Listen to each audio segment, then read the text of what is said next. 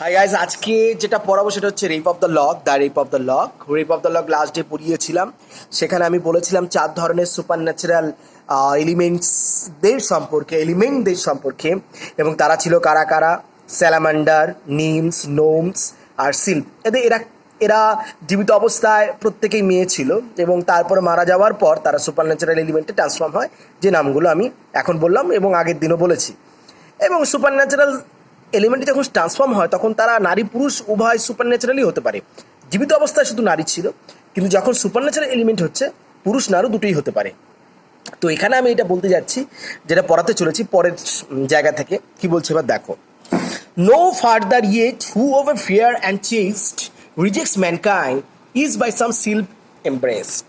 কি বলছে দেখো: no farther yet who over fear and chaste rejects mankind মানে কি বলছে? একটা জিনিস মাথায় রেখো তোমরা সবাই, নো ফার্দার্স।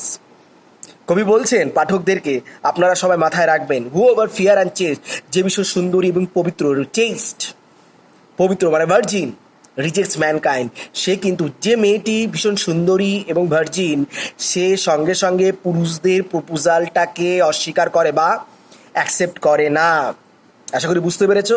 এখানে ম্যানকাইন্ড মানে হচ্ছে পুরুষদের কথা বলছে, ম্যানকাইন্ড মানে হিউম্যান বিংসদের বলছে না। Okay, is some sylph by embrace, মনে মাথায় রাখবে এই ধরনের মহিলাদের গাইড করে হচ্ছে কে?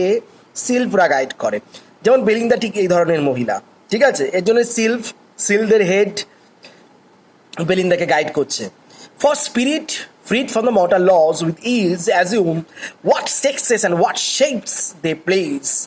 তো অদ্ভুত ক্ষমতা আছে এই সিল্কদের, তাদের অসাধারণ কিছু সুপার ন্যাচারাল power আছে। They have certain supernatural power and they can have a certain form whatever they wish. Okay,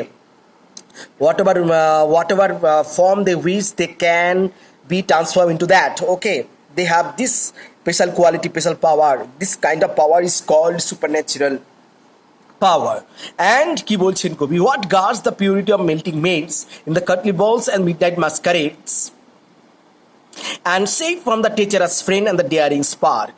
যখন মহিলারা সাধারণত মাস্কারেড মানে এক ধরনের মুখোশ পরে যে ডান্স হয় সেটাকে বলা হচ্ছে মাস্কারেড। আগেকার দিনে হতো, এখনো হয় বেশ কিছু জায়গায়, মিডনাইট রাতের দিকেই হয়। কাটলি মানে বল ডান্স যেখানে হয়, তো বল ডান্স আগে হতো, যেখানে যেখানে বল ডান্স হয়, তো মেয়েগুলোকে যাতে ঠিকঠাকভাবে গাইড করা যায়, শিল্পীরা সেটা করতো। মেয়েগুলো যাতে অন্য পুরুষদের দেখে গলে না যায়, বা ডান্স করতে করতে, সেটা বল ডান্স করতে করতে বা মাস্কারেড করতে করতে, যাতে তাদের মনটা গলে না যায় সেই দিকে লক্ষ্য রাখতো শিল্পীরা সবসময় বলতো এদের থেকে দূরে থাকো, পুরুষদের থেকে দূরে থাকো।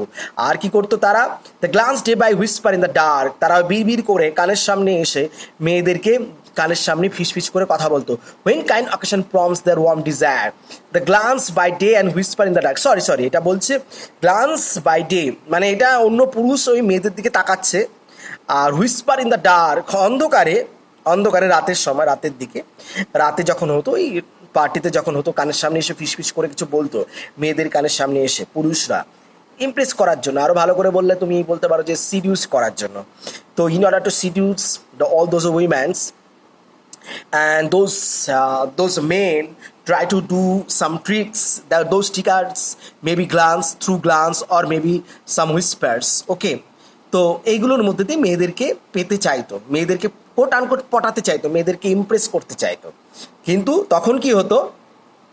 প্রমস দেয়ার ডিজায়ার ওয়েন দ্য এবং সেই সময় গান হচ্ছে, when the occasion prompts their warm desire when the music softens when the dance হচ্ছে, মিউজিক হচ্ছে, আর অকেশনটা দারুণ। এই সময় যে কোনো মেয়েরা প্রপোজটা অ্যাকসেপ্ট করলেও করতে পারে।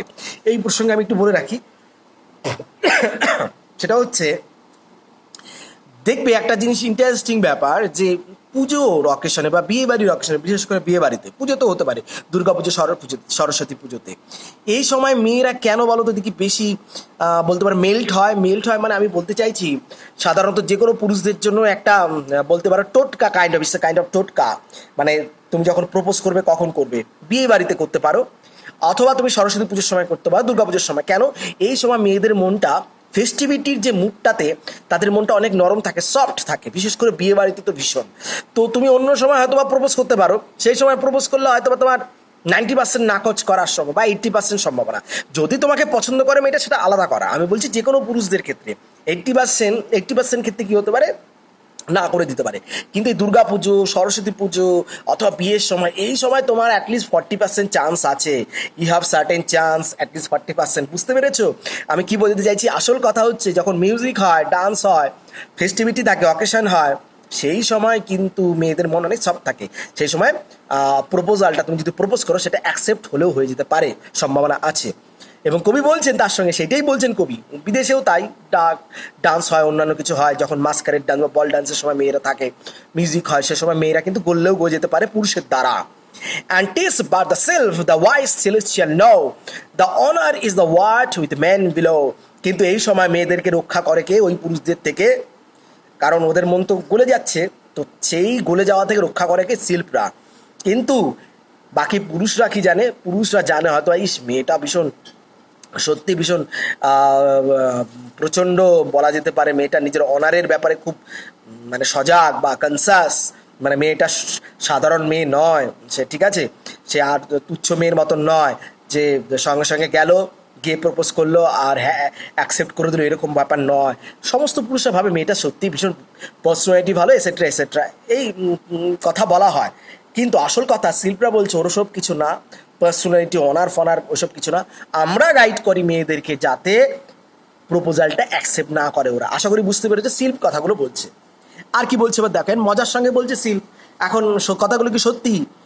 আসলে এগুলো আলেকজান্ডার পোপ খুব দারুণভাবে সুপার ন্যাচারাল এলিমেন্টটাকে এখানে রেখেছে, প্লেস করেছে, যাতে কবি একটা হাসির উদ্রেক বা বলতে পারে একটা স্যাটারের করতে পারেন। স্বাভাবিকভাবে এটা এরকম কোনো তো ব্যাপার না, বাস্তবে এরকম কিছু হয় না, কিন্তু উনি শিল্পদের ইম্পর্টেন্স বোঝাচ্ছেন। ঠিক যেরকম আমরা রামায়ণ মহাভারতে ভগবানদের ইম্পর্টেন্স দেখেছি, এখানেও। আর এটা তো মকেপিক, এখানে তার ভগবান আসবে না সাধারণ কাজে, তো শিল্পরা এসছে, ঠিক আছে, শিল্পরা এসে গাইড করছে বেলিন্দাকে। কৃষ্ণ যেরকম অর্জুনকে গাইড করেছে, ঠিক এখানে শিল্পরা বেলিন্দাকে গাইড করছে। মানে ওখানে অর্জুন বীর, এখানে বেলিন্দা বীর, ঠিক আছে। এটাই তো মক এপিক। তুমি বলতে পারে আবার কি কথা, এটাই তো mock epic. Mock epic, APK হয় কি ভগবানের উপস্থিতি, মক এপিকে যেটা হয় সুপার ন্যাচারাল। আর সুপার ন্যাচারাল মানে কি বড় সড়ো দানব ফানব নয়, সাধারণ চোখেই দেখা যায় না, ভাইরাসের থেকেও ছোট, যার আবার ডানা আছে, ঠিক আছে, এই রকম সুপার ন্যাচারাল এলিমেন্ট। আচ্ছা গেল, some nymphs there are too conscious of their face for life predestined to gnomes embrace. কিছু কিছু মহিলারা আছে, নিমস মানে সুন্দরী মহিলা, এখানে নিমস মানে কোনো পরিদের কথা বলেনি, ওকে, এই নিমসটা মানে সুন্দরী মহিলাদের কথা বলা হচ্ছে। বলছি কিছু কিছু মহিলারা আছে যাদের মুখ নিয়ে যারা ভীষণ সচেতন, মানে they are basically you know the narcissistic, they are narcissist, or they have the narcissistic attitude. Narcissistic attitude means that the person who is too much concerned and conscious about his face and his look or her look.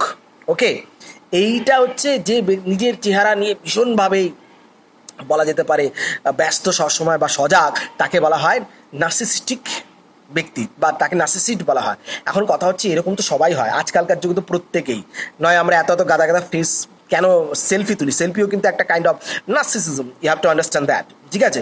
তো এই যে আমি যে পয়েন্টটা এখানে বোঝানোর চেষ্টা করছি সেটা হলো এই, যে সমস্ত মহিলারা আছেন, অনেক মহিলারাই আছে, সবাই না হলেও অনেকেই আছে যারা নিজের মুখ নিয়ে বড্ড বেশি সচেতন, যে লুক নিয়ে বড্ড বেশি সচেতন, তখন মাথায় রাখবে এই ধরনের সুন্দরী মহিলাদের কে গাইড করে? নোমস গাইড করে। নোম সম্বন্ধে আমি বলেছি, ঠিক আছে, মাটিতে থাকে যারা, তারা, ঠিক আছে, সুপার ন্যাচারাল স্পিরিট, তাদের গাইড করে নোমস।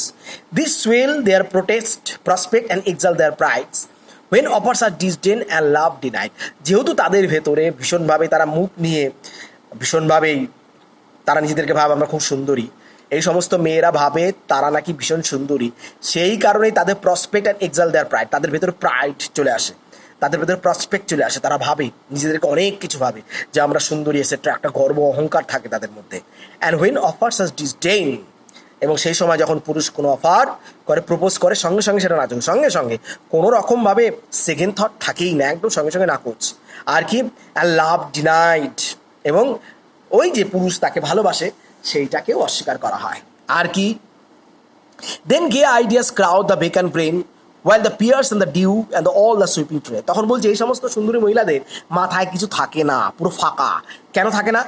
while peers and the dews all their sweeping train and got a star and the coronets appear. তো বলছে এই মাথা যেহেতু ফাঁকা, তো ফাঁকা জায়গাটা তো পূরণ করতে হবে। কী দিয়ে পূরণ করবে? নানা রকম আনন্দদায়ক কিছু ভাবনা দ্বারা বা ধারণা দ্বারা, আইডিয়াস দিয়ে। গে আইডিয়াস মানে হ্যাপি আইডিয়াস। সেই ভাবনাটা কি বলছে? পিয়ার্স, ডিউকস, এই পিয়ার্স অ্যান্ড ডিউকস হচ্ছে সম্ভ্রান্ত পরিবারের কিছু ব্যক্তিরা।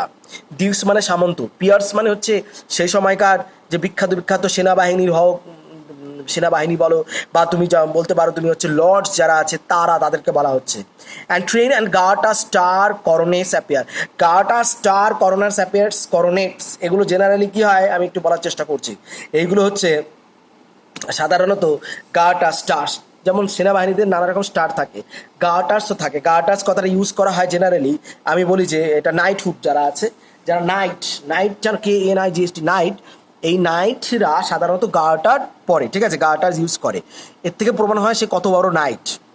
যার যত বেশি নাই মানে তোমার হচ্ছে, আমরা এখানে দেখেছি যে সাধারণত দেখা যায় যে যত বেশি স্টার তত বেশি তার পদমর্যাদা।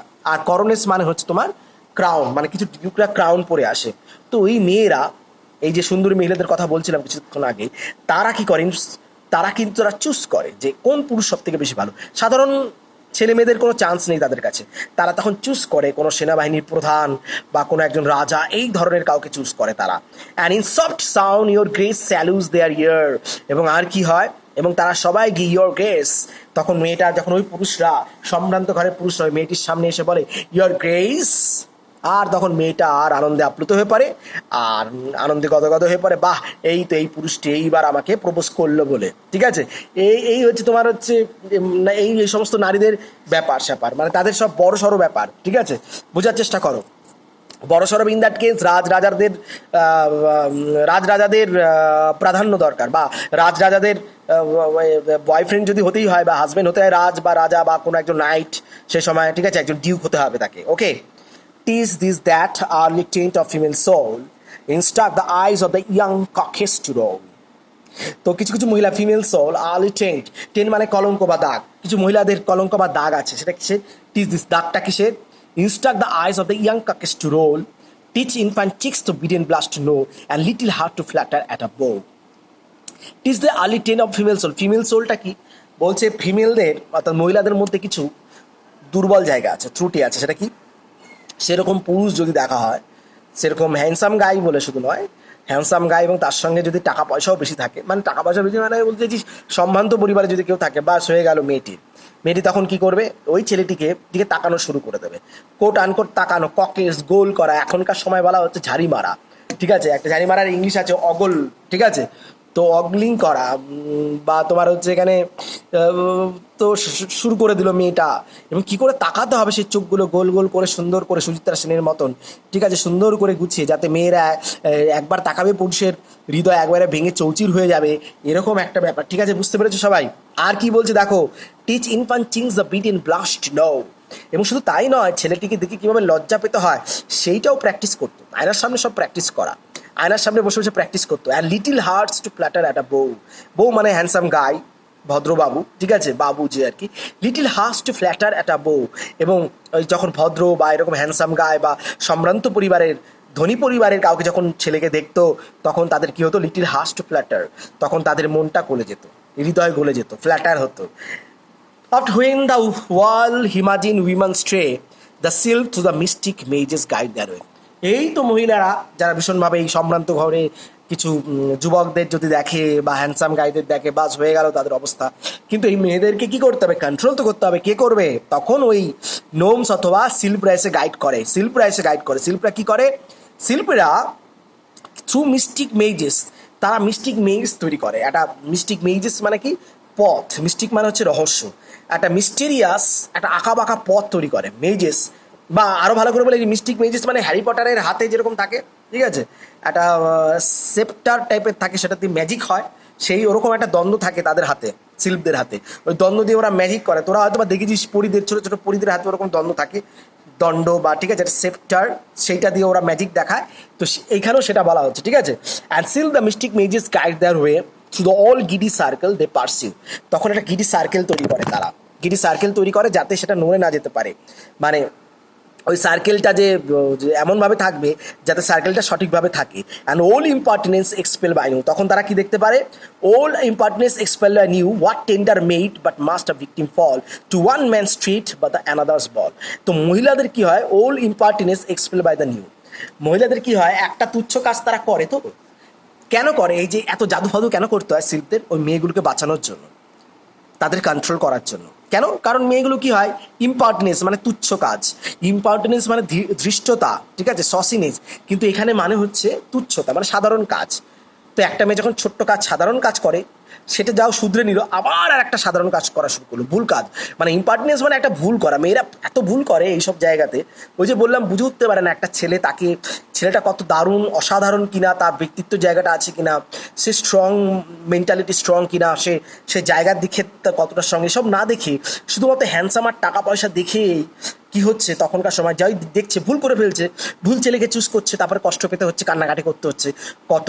তারপরে আমরা সবাই জানি কি এফবিতে ফ্লাও করে সুন্দর সুন্দর স্টেটাস দেওয়া হয়, সবাই আমরা দেখেছি তো, দেখি প্রথমে দেখি ভীষণ দারুণ দারুণ স্টেটাস দেওয়া হতো লাভ নিয়ে, ঠিক আছে, নানা রকম ফিলোসফিক্যাল পয়েন্ট অফ ভিউ দেওয়া হতো, বা যে ব্রেকআপ হয়ে গেল আর সুন্দর সুন্দর, তখনও ফিলোসফিক্যাল পয়েন্ট অফ ভিউ হতো, তবে সেটা স্যাডনেস, দুঃখের পর দুঃখের, ঠিক আছে, কত কষ্ট কত যন্ত্রণা। এই যে ভুলটা করা, এই যে ভুলের কাজে কথা বলা হচ্ছে, এটা বেসিক্যালি কিন্তু এইটাকে হাত থেকে বাঁচানোর জন্য ওই শিল্পীরা সবসময় তৎপর। অ্যান্ড আর কি করে দেখো, এই নারীদের কি হয়, to one's man treat for another's ball, এই নারীদের তো অবস্থা খুব খারাপ, কারণ তারা বুঝে উঠতে পারে না কখন কি ঠিক করবে। And to one man treat the another's ball, কখনো কখনো একজন পুরুষ তাকে ট্রিট দিতে নিয়ে গেল, ইনভাইট করেছে, সেখানেও হয়তো বা সে শিকার হয়ে যেতে পারে ওই পুরুষটির, অথবা বল ডান্সে নিয়ে আমন্ত্রণ করা হয়েছে তাকে, সেখানেও কিন্তু সে শিকার হয়ে যেতে পারে। So you have to understand that যে woman should be aware of those men who are all the time having some opportunities, try to find some opportunities to what, to taint the women's heart. আশা করি আমি এইটুকুনি বললাম আজকে, ঠিক আছে, এইটুকুনি, সামনের দিনে বাকিটা করবো, অল্প গল্প করেই হোক, কারণ একসঙ্গে সম্ভব নয় করানো, ঠিক আছে।